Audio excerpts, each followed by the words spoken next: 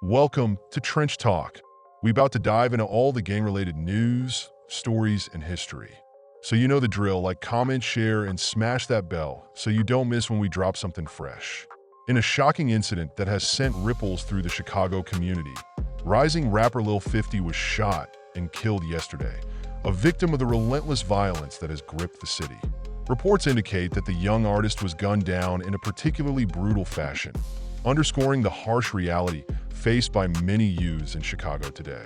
As the sun set over the city, the echoes of gunfire served as a grim reminder of the dangers lurking on its streets.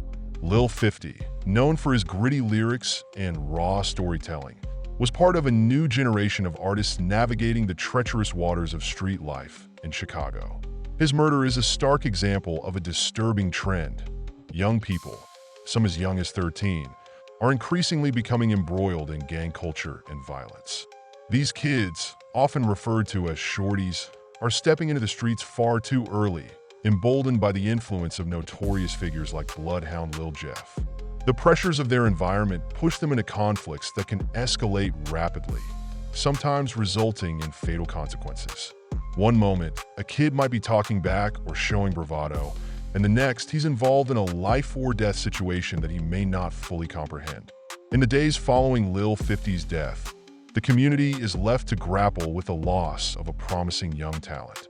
Friends, family, and fans have taken to social media to share their grief and disbelief.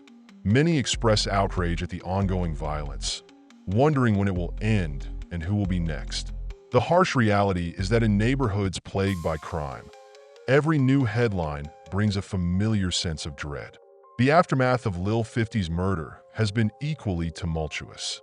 His sister, visibly distraught and angry, took to social media to voice her outrage. During a live stream from the hospital where her brother was taken, she expressed her desire for revenge, placing a $20,000 bounty on the head of anyone involved in his death. "I give you 24 hours, she declared, her voice trembling with emotion but laced with determination. Her anguish transformed into a fierce demand for justice, revealing the raw emotions that often accompany such tragedies. "I'm done talking on my dead cousin," she proclaimed, further emphasizing her commitment to avenging her brother. Her words were chilling and filled with an unmistakable urgency. She specifically called out individuals who had been taunting Lil50 prior to his death, threatening a $30,000 price tag on their heads if they continue to provoke her. "If you keep trolling, you're next," she warned, adding a layer of complexity to the already tense situation. The dynamics of social media have created an atmosphere where personal conflicts can quickly escalate into public spectacles. The sisters' outburst highlights a growing trend in which individuals turn to platforms like Instagram and Facebook not just to mourn, but to declare war, inviting others into a cycle of violence that can spiral out of control. What is particularly striking about this incident is the role social media plays in these street narratives. Shortly after Lil50's passing, the internet exploded with reactions, some cruelly mocking his death, while others mourned the loss of a young life cut short. The lack of respect shown in these moments raises questions about the desensitization to violence that seems to permeate the culture. Comment sections filled with jokes and memes only amplify the pain felt by families and friends, turning tragedy into entertainment for some. One user wrote, "This is what happens when you play in the streets," illustrating how quickly the narrative can shift from compassion to blame. Such reactions serve as a painful reminder of how quickly one can go from being a living person with dreams to a meme or a punchline. This kind of behavior reflects a troubling aspect of contemporary culture, where empathy is often overshadowed by a desire for likes and shares. Discussions have emerged about whether the interviews and social media presence of these young men contribute to their fate. Some argue that the exposure heightens their risk, turning them into targets in a game where survival is not guaranteed. However, it's essential to recognize that these individuals were already entrenched in street life before they ever hit the interview circuit. They weren't just random names. They were known figures navigating a dangerous landscape, drawing attention for a reason. Their social media presence, while risky, also served to amplify their stories and connect with others facing similar struggles. Lil50's influence extended beyond his immediate circle. He was part of a larger community of artists who drew inspiration from their environments. As the lines between art and life blur, it becomes increasingly difficult to separate the music from the streets. Lil50 was not merely a rapper. He was a voice for those living in neighborhoods marked by violence and despair, his lyrics reflecting the realities faced by many young people in Chicago. Tragically, Lil50 is just one of many young lives lost in the ongoing cycle of violence in Chicago. As someone who has witnessed the aftermath of numerous such incidents, it's alarming to reflect on the sheer number of talented individuals, more than 24, I've interviewed who have since fallen victim to gun violence. This staggering statistic speaks to a systemic issue that extends beyond individual choices. It reflects a community grappling with poverty, lack of opportunity, and the pervasive influence of gang culture. The murders of young artists like Lil50 serve as a tragic reminder of the realities many young people face today. The streets are unforgiving, and for those who choose to embrace that lifestyle, the stakes are incredibly high. In a city where violence can erupt at any moment, even the smallest provocations can lead to deadly confrontations. In closing, Lil50's tragic death serves as a stark reminder of the harsh realities many young people face today.